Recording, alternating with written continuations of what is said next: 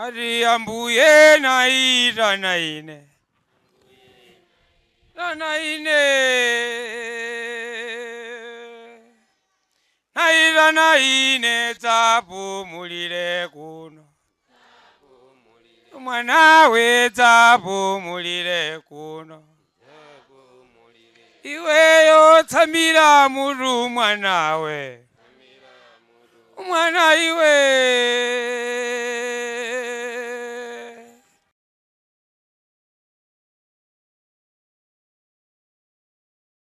Kulandeni mapulogalamu yathu ino ndipo mapulogalamu ya lero muli ndine m'bale wanu Vinjero Gondwe kuchokera ku mpingo wa Khristu ku area 36 ku Lilongwe komanso mwa nthawi zonse ndiso ndi m'bale wanga pano. Ine ndine Namanika Malunje ndine mmodzi mwa alaliki mu mpingo wa Khristu ndimakhala ku Mitundu ku Lilongwe mmodzi mwa Msanduliza. Pulogalamu imeneyi ndi pulogalamu imene timakhala tikuona ziphunzitso zosiyanasiyana zimene buku lathu lopatulika limatipatsa. Zimene zizofunikira pa moyo wathu wa tsiku ndi tsiku komanso pa moyo wathu wauzimu. Pa tsiku la leronso tikhala tikukamba phunziro lina limenso lilofunikira limene ndikupempheni kuti mutenge Baibulo lanu pafupi, cholembera pafupi, kuti zina zimene zikambirana pano mzitho zilemba.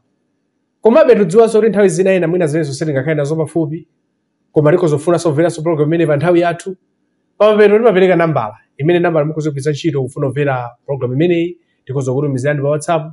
Komanso mukozopita pa tsamba lathu pa YouTube kungoyang'ana Lilongwe School Biblical Science muzapezanso phunziro limene liloonera. Komanso nkhani ina yabwino mukozopita pa website yathu lsobs.com mudzatha kupanga download ka application kathu kamene mudzapeze maphunziro amenewa komanso maphunziro ena ambiri amene angapitirize kukuza moyo wanu wauzimu.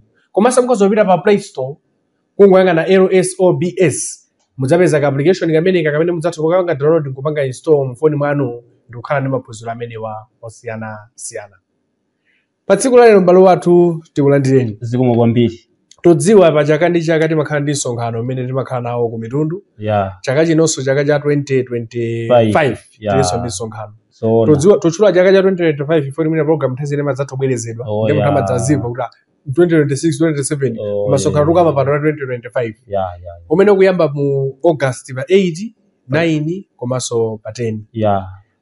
So todziwa ndithu kuti msonkhano umenewu umayitana wina aliyense amene ali ndi chidwi chofuna kumva mawu a Mulungu.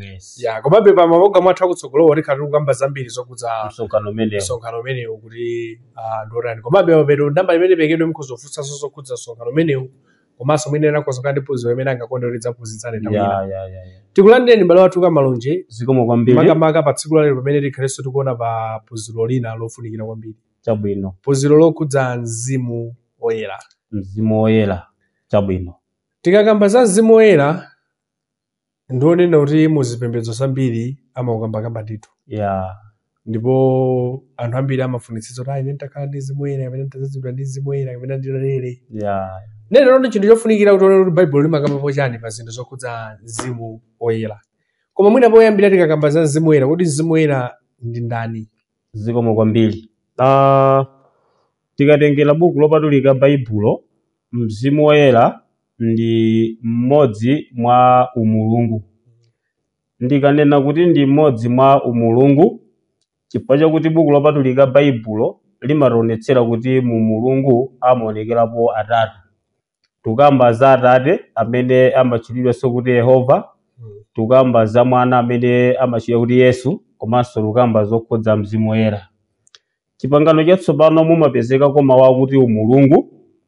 Tikamawerengapo buku la Roma chapter 1, buku limeneli la Roma chapter 1 limationetserapo pa verse yake ya 20. Akuti pakuti chilengedwere dziko lapansi zaoneka bwino zosaoneka zake ndizo mphamvu yake yosatha ndi umulungu wake, popeza zazindikirika ndi zinthu zolengedwa kuti iwo akakhale wopanda mawu owiringula.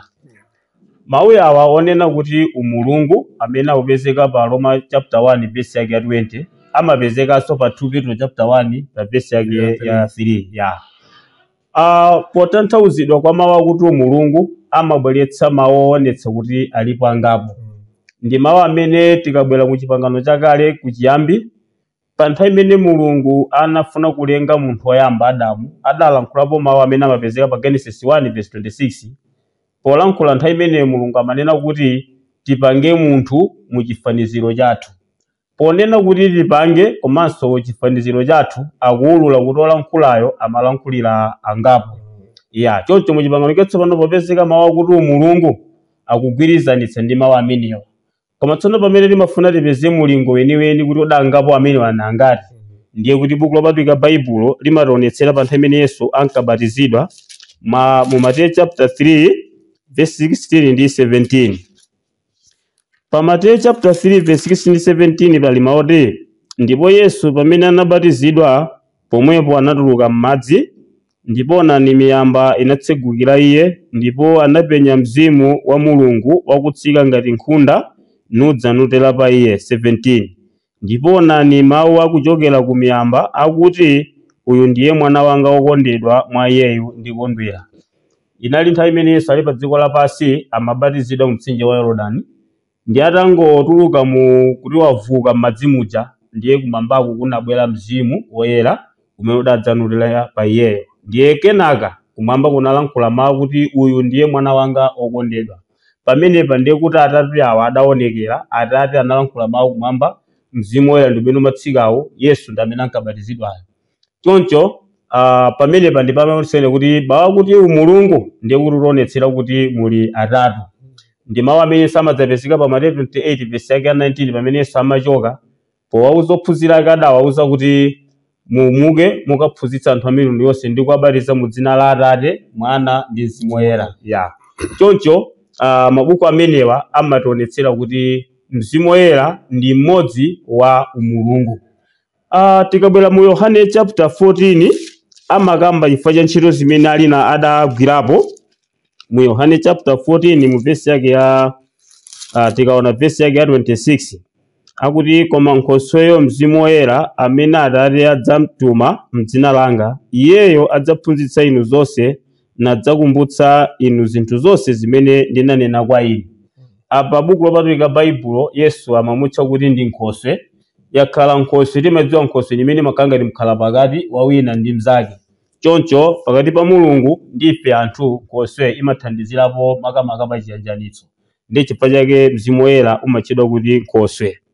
Unatchedwapo mzimu makamaka wa choonadi. Tikabwerera mbuyo pa verse yake ya 17 akuti ndiye mzimu wa choonadi amene dziko lapansi silingathe kumlandira pakuti silimuona iye kapena kumzindikira iye. Inu mumzindikira iye chifukwa akhala ndi inu nadzakhala mwa inu. Apanso pa verse 17 akukamba kuti ndi mzimu wa choonadi.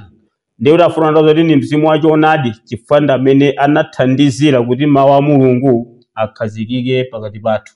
Ndiye kamba zimenezi choncho amatchedwanso kuti mzimu wa choonadi. Choncho mukafunsa kuti kodi Mzimu Woyera ndi ndani, buku lopatulika Baibulo likutionetsera kuti ndi mmodzi wa umulungu. Tingayankhe motero.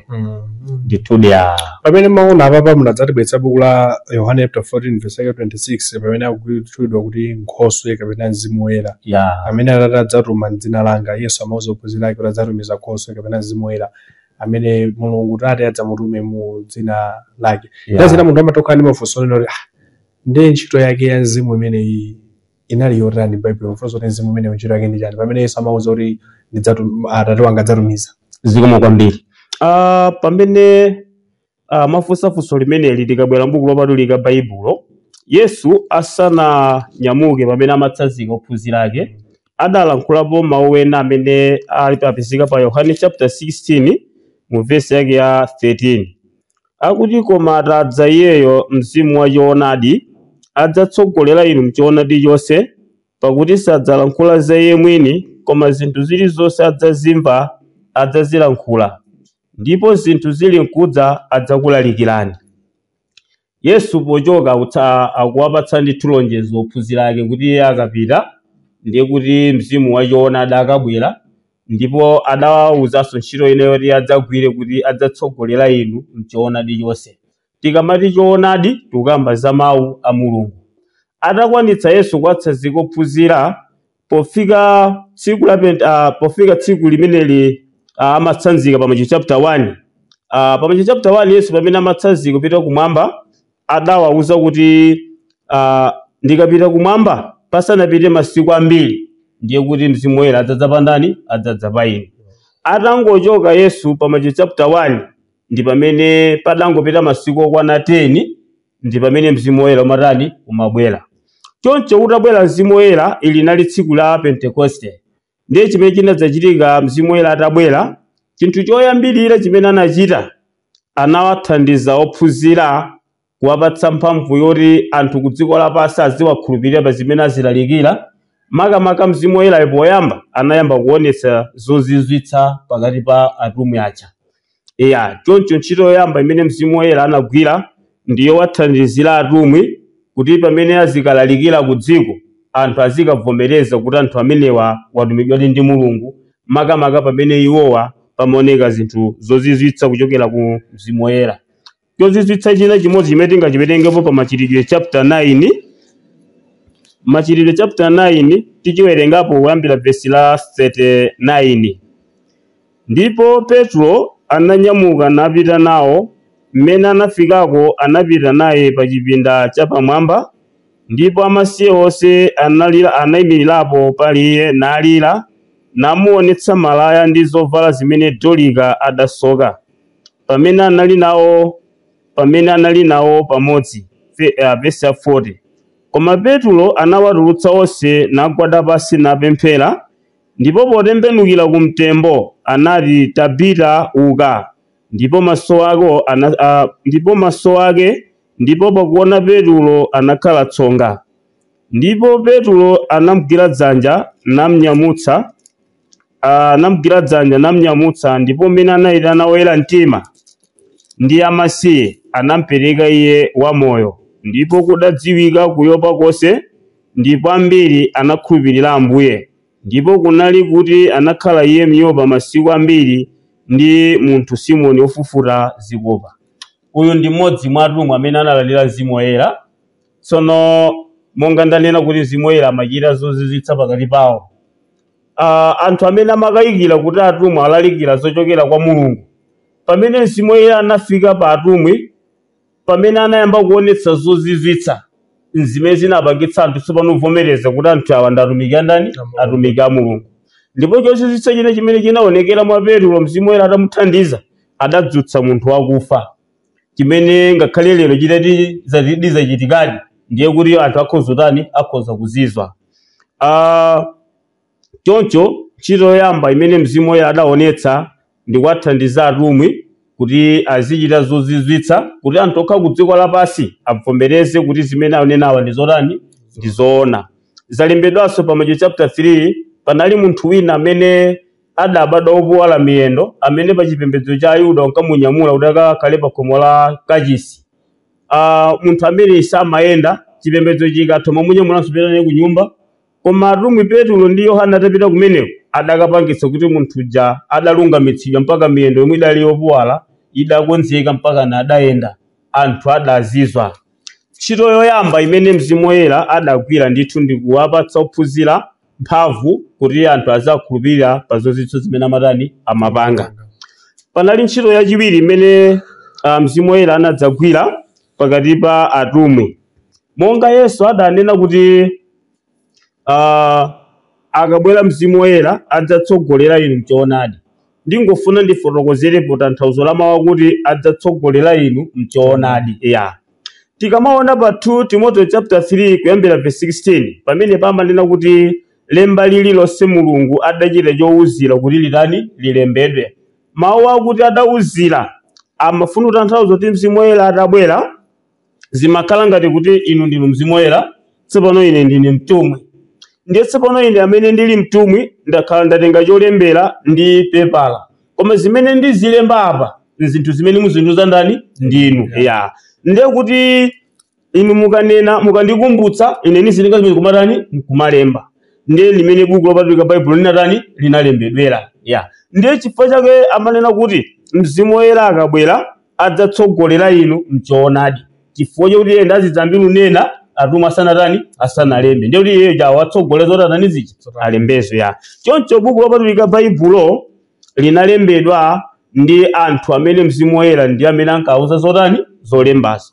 N'chifukwa chake mtumwi Petro pa 2 Petro chapter 1 pa 2 Petro chapter 1 adalankhula motere pa verse yake ya 20. 2 Petro chapter 1 verse 20, Petro akuti ndikudziwa ichi poyamba kuti palibe chinenero cha lembo chitanthauzidwa pa chokha. 21 pakuti kale lonse chinenero sichinadza chifukwa cha chifuniro cha munthu, koma anthu a Mulungu ogwidwa ndi Mzimu Woyera analankhula.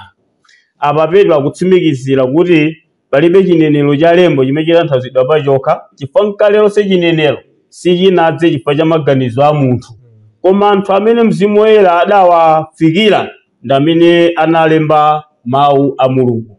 Choncho tikamaliona buku la Topatulika Baibulo kuti lilembedwe, ndikuti Mzimu Woyera adalemba buku limeneli pogwiritsa ntchito manja a atumwi kukwaniritsa zimene Yesu adawauza ophunzira kuti Yesu Mzimu Woyera ukabwera adzatsogolera inu m'choonadi.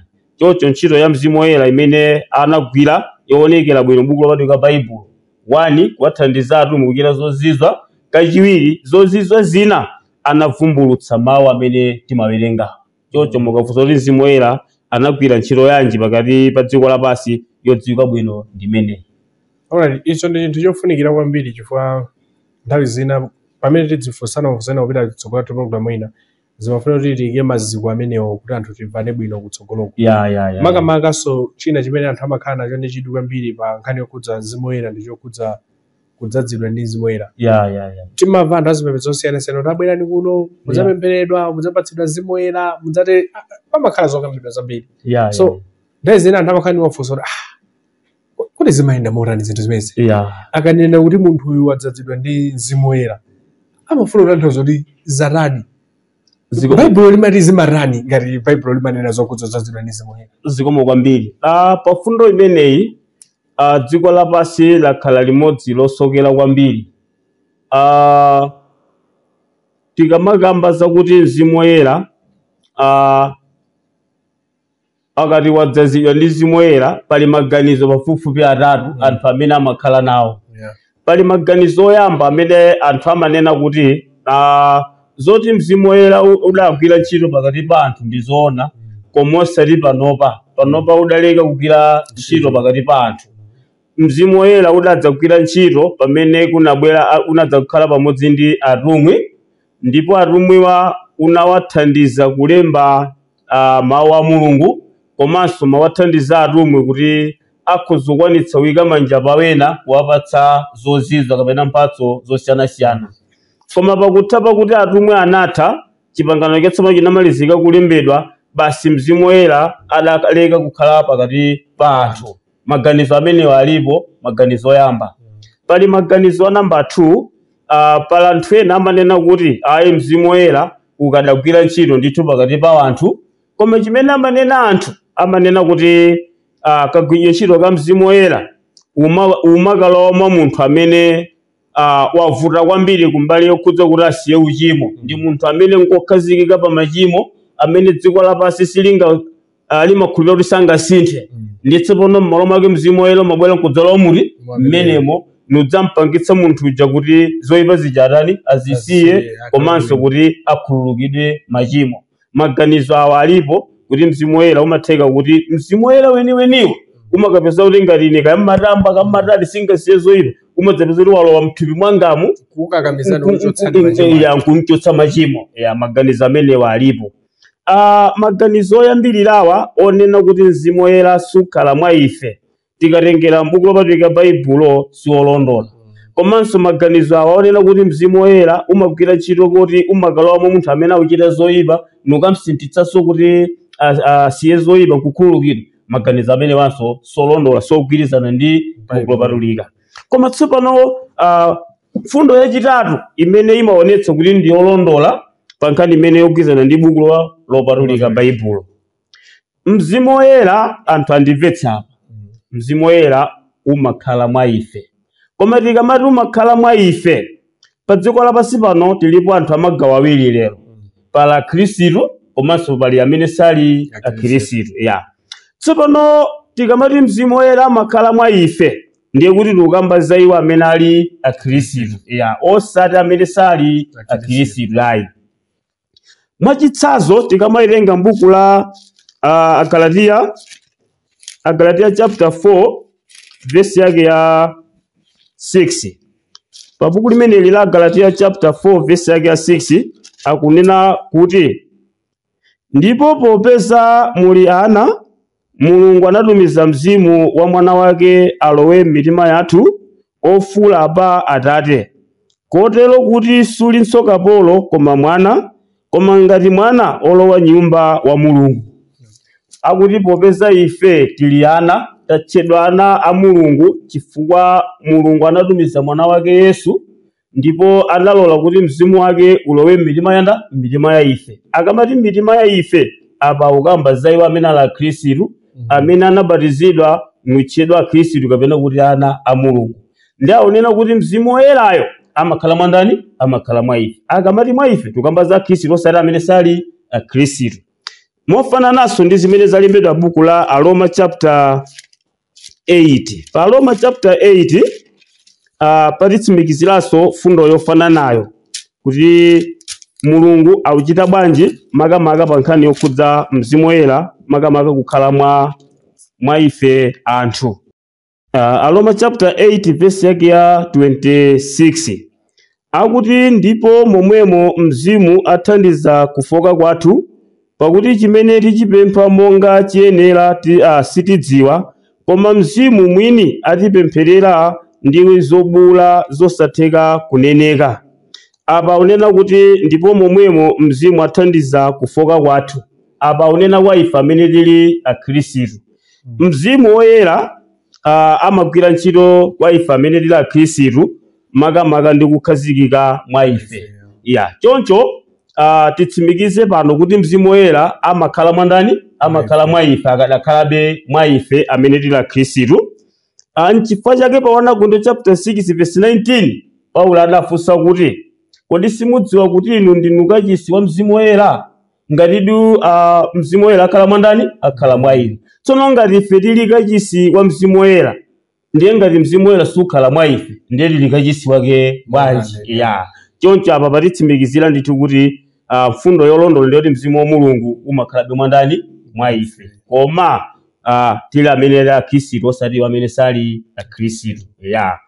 Nthawi zina mzimu woyera umagwira ntchito pa anthu amene sali akhristu, koma osati munjira yoti mzimu woyerawo umakalowa mwa munthuyo. Timawerenga pa Machitidwe chapter 8 za mdindo uja wa ku Ethiopia, kuti iye uja afike poti atembenuke mtima. Zidadalira kuti mngelo adafika kwa Filipo ngati mkhristu, komanso mngelo atamuwuza kuti nyamuka upite ku dera la kuchipululu kuti ukumane ndi munthu wina. Atayandikira mzimu woyera udamuwuza kuti yandikirana naye. Ndiye kuti mngelo adafikira kwa mkhristu, mzimu woyera udafikira kwa mkhristu, mzimu woyera udapatsa mawu mkhristu yokuti alalikire kwa mdindo uja wakunja uja. Ndiye kuti mzimu woyera adagwira ntchito munjira iri, munjira imene osati mzimu woyerayo udakafika kwa munthu wochimwayo ayi. Choncho mzimu woyera umakhala pakati pa ife akhristu osati amene sali akhristu. Pamene makamba pa buku la Roma chapter 8 verse yake ya 26 timatsika musi, komanso mwinaso munthu sakhoza kufuna kufananizanso pa Roma chapter 8 verse yake ya 9 verse yake ya 11 anakambanso chimodzimodzi, koma mwina Mungu ndiwerenga Roma chapter 8 verse yake ya 9. Roma chapter 8 verse yake ya 9. Koma inu simuli mthupi ayi, koma mu mzimu, ngatitu mzimu wa Mulungu akhalabe mwa inu. Koma ngati munthu alibe mzimu wa Khristu si ali wake wa Khristu. So imapitira mpaka verse yake ya 11. So ndetu timakufuna kuonjezera ndithu tsimikizo kuti mzimu wenu umakhala mwa ndani? Mwa ifeyo pa kuona pa buku limene. Koma pamene makamba zokhudza mzimu wenu okhala mwa ife, munakamba fundo I think ziratu. Makamba fundo yamba uli pala anthu ena amanena kuti sukhala mwa ife, amakanenatu. Anthu ena amanena kuti umakhala mwa ife direct, ndipo pano mafurozaso zimene Bible limanena kuti ayi kunena kuti sukhala mwa ife nkulakwazo. From Bible kuti mzimu umakhala mwa ife ndithu. Chinanso chimene munthu mwina amene aziganiza chimene chili cholakwika kunena kuti mzimu wenu umakhala mwa ife direct, ayina aziganizira kuti kodi takhala kuti mzimu umati umachoka kumwamba ukhala mwa ine kulowa mwa ine. Yeah. kuti ndikamachimwa umakhala mzimu uja wagona Yeah. kapena unachokamo Yeah. chimakhala kuti ndakachita chitika Yeah. chanu Yeah. tukamba za munthu amene tunatalibe mzimu Yeah. ndi atampatsa mzimu Yeah. akakhala palitso la mzimu timamuona akuchimwaso Akuchimwanso, ndi yeah, mzimu yeah. umakhala wachoka Yeah. ndo zimene munthu amene aziziganizira Zimene ziko zilipatsa yankho kuti sizolondola. pamene tupita mapeto koma Yeah.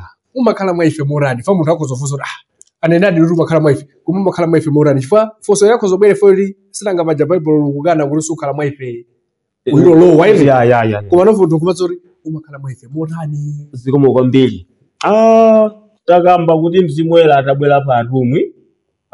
Ndipo mzimu wobwera pa atumwi unawathandiza atumwi kuvumbulutsa ndi kulemba mawu a Mulungu. Ndiye kuti mawu amenewa a Mulungu ndiye kuti tikamaona munjira ndi tiona mzimu wotani woyera. Wapesisibe pale? Yeah. Ndiye kuti pamene tikuona mawu amenewa kuti tikuona mzimu woyera. Ndiye kuti pamene mzimu woyera mawu a Mulungu amene tikawaphunzira nakhala mwa ife. Ndiye pamene pa mzimu woyera ndi ndani ali ndi ife. Kupatula mzimu mwiniyo kulowa mthupi langali. Yeah. Ndifanizireko mu chipangano chakale akamanena Mulungu pa Yoswa chapter 1 verse 8 amamuza Yoswa kuti buku la chilamulo ili lisachoke pakamwa pako. Yeah. Koma akamati kuti buku la chilamulo lisachoke pakamwa pako ndiye kuti samatanthauza kuti ngati lilo adaluma ndi amati lisachoke ayi. Koma amatanthauza kuti zimene zili amaphunziro ochokera mbuku la chilamulo pakamwa pake akamalankhula zilankhulo zili zimenezo akamachita zinthu zizigwizana zili zimenezo. Ya ndiye chimodzimodzi mzimu woyera amakhala mwa ife chifukwa ife timakhala kuti likutsatira zimene mawu a Mulungu akutani akunena. Ya ngati titsatira zimene mawu a Mulungu akunena ndiye kuti pamene pa ifeyo ndiye kuti tuyenda ndi ndani ndi mzimu woyera. pamenepo mmene mwafotokoza fundo imene nadzandikumbutsa buku la Galatiya. Yeah. Tione buku la Galatiya chapter 3 verse 14. Galatiya chapter 3 verse 14. 14. Yeah. Akunena kuti mdalitso la Abrahamu mwa Yesu Khristu lichitike kwa mitundu kuti tikalandire lonjezano la mzimuwo. Yeah. Mwa chikhulupiriro. Yeah. Pa buku la Galatiya chapter 3 verse 14 akuti tikalandire lonjezano la mzimuyo koma lonjezano limalandira mwa chikhulupiriro. Yeah. Ndeti madzandikumbutsa kuti ati timalandira lonjezano za mzimu mwa chikhulupiriro. Madzandikumbutsa buku la Roma chapter 10 verse 17. Yeah. Pamene mali chikhulupiriro chimadza ndi mbiri. Yeah. Imadza mwa mawu a Khristu. Yeah. Ndeti kuona kunena kuti pali cheni kuti munthu akalandira lonjezano la Khristu ayina kukhala ndi chikhulupiriro mwa chikhulupiriro. Koma chikhulupiriro chibwere timavanya mawu a Khristu. Ndeti tanthauza kuti pamene munthu kuti alandire mzimu ayina kukhala ndi atamva mawu a chikhulupiriro. Ngati samva mawu munthu sangalandire chani? Sangalandire mzimu. Ndeti chipake tifuna kutsimikiza titunena kuti tikati mzimu umakhala mwa ife si mzimu umayita ochoka kumwamba udzalowa mwa ife. Koma mzimu umakhala mwa ife ngati tamva mawu a Mulungu kuwasunga. Tikasunga mawu a Mulungu mzimu umakhala uli mwa ndani? Mwa ife. Pa Galatiya chapter 5 verse 16 anakambawonso kachidukena kamene kali kofunikira kwambiri. Pa Galatiya chapter 5 verse 16. Pa 16 akuti koma ndinena muyendeyende ndi mzimu ndipo musafitse chilakolako cha thupi. Kuyendayenda ndi mzimu. Saranda zoti mzimu umakhala uli mwa ife yendayenda naye. Koma ife kuliko zimene zipitako tizichita zimene mawu a Mulungu akunena. Kodi mawu a Mulungu akukutsogolera? Ngati mawu a Mulungu akutsogolera uli ndi mzimu. Ndonenda zoti mzimu mwa munthu umakhalamo ngati wamva mawu. Ngati akusunga mawu. Ukangosiya kusunga mawu mzimu wachoke. Ndeti kanena kuti kodi mzimu wa Mulungu umakhala mwa ife motani tapeza ndithu umakhala mwa ife. Umakhala motani pamene munthu akusunga mawu a Mulungu. Chifukwa amene mzimu woyerayo anavumbulutsa mawu amenewo monga kuja timaona koyambirira kujako kuti cholingira ndi chani. Chifukwa pa buku la Yohane chapter 6 verse 63 talenti tiwerengeni pa Yohane chapter 6 verse 63. Yeah. Pa 63 akuti Yohane 6 chapter verse 63. Akuti opatsa moyo ndi mzimu thupi silithandiza konse. Mawu amene ndalankhula ndi inu ndiwo mzimu ndi moyo. Ndeuti Yesu akutsimikiza kuti mawu amene ndikuyankhula ndi mzimu ndi moyo. Pamene munthu wasunga mawu a Mulungu amakhala wasunga mzimu. Palibe zomatalati kakusanjike ndi manja tupatseni mzimu. Tudziwa nthawi yatumwi zimachitika matsanjika na manja. Chipangano kudali kusanalembedwa. Koma chipangano itatsimikizika zija zinatha. Mawu amene tinawo ntchito ya mzimu inatipatsa mawu tikatero tikasunga mawu a Mulungu timakhala tasunga mzimu. Tikachotsa mawu a Mulungu mzimu wa Mulungu solibe. Kulibe zoti akamalonjebwa ndikakusanjike ni manja. sizammalemba koma ngati nibwere ndikudzakula nthauziyeni mawu ndikakakula nthauziyeni mawu inu mukawasunga ndiyeti mzimwera ne munthu akafunsa kuti kodi mzimu ino makhala mwefe morani posunga mawu a Mulungu iyayi tiyamikire kwambiri taona maphunziro okudza mzimu luzoro ena akhozokhala ndi mafunso pamapeto imapereka nambala akhozofunsa ndithu zoonadi pa pologalamu ya lero munali ndine m'bale wanu Vinjero Kondwe kuchokera ku mpingo wa Khristu ku area 36 komanso nali ndi mzanga pano ine ndine Namanika Malunje mmodzi mwa alaliki mu mpingo wa Khristu ndi makhawu mitundu ku Lilongwe mudzi mwa Sanduliza kufikiranso nthawi ina Mulungu audalitseni nonse amen ati Ambuye naita na ine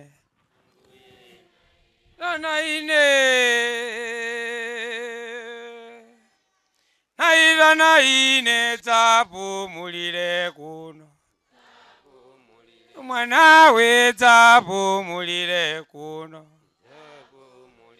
iweyo tsamira mutu mwanawe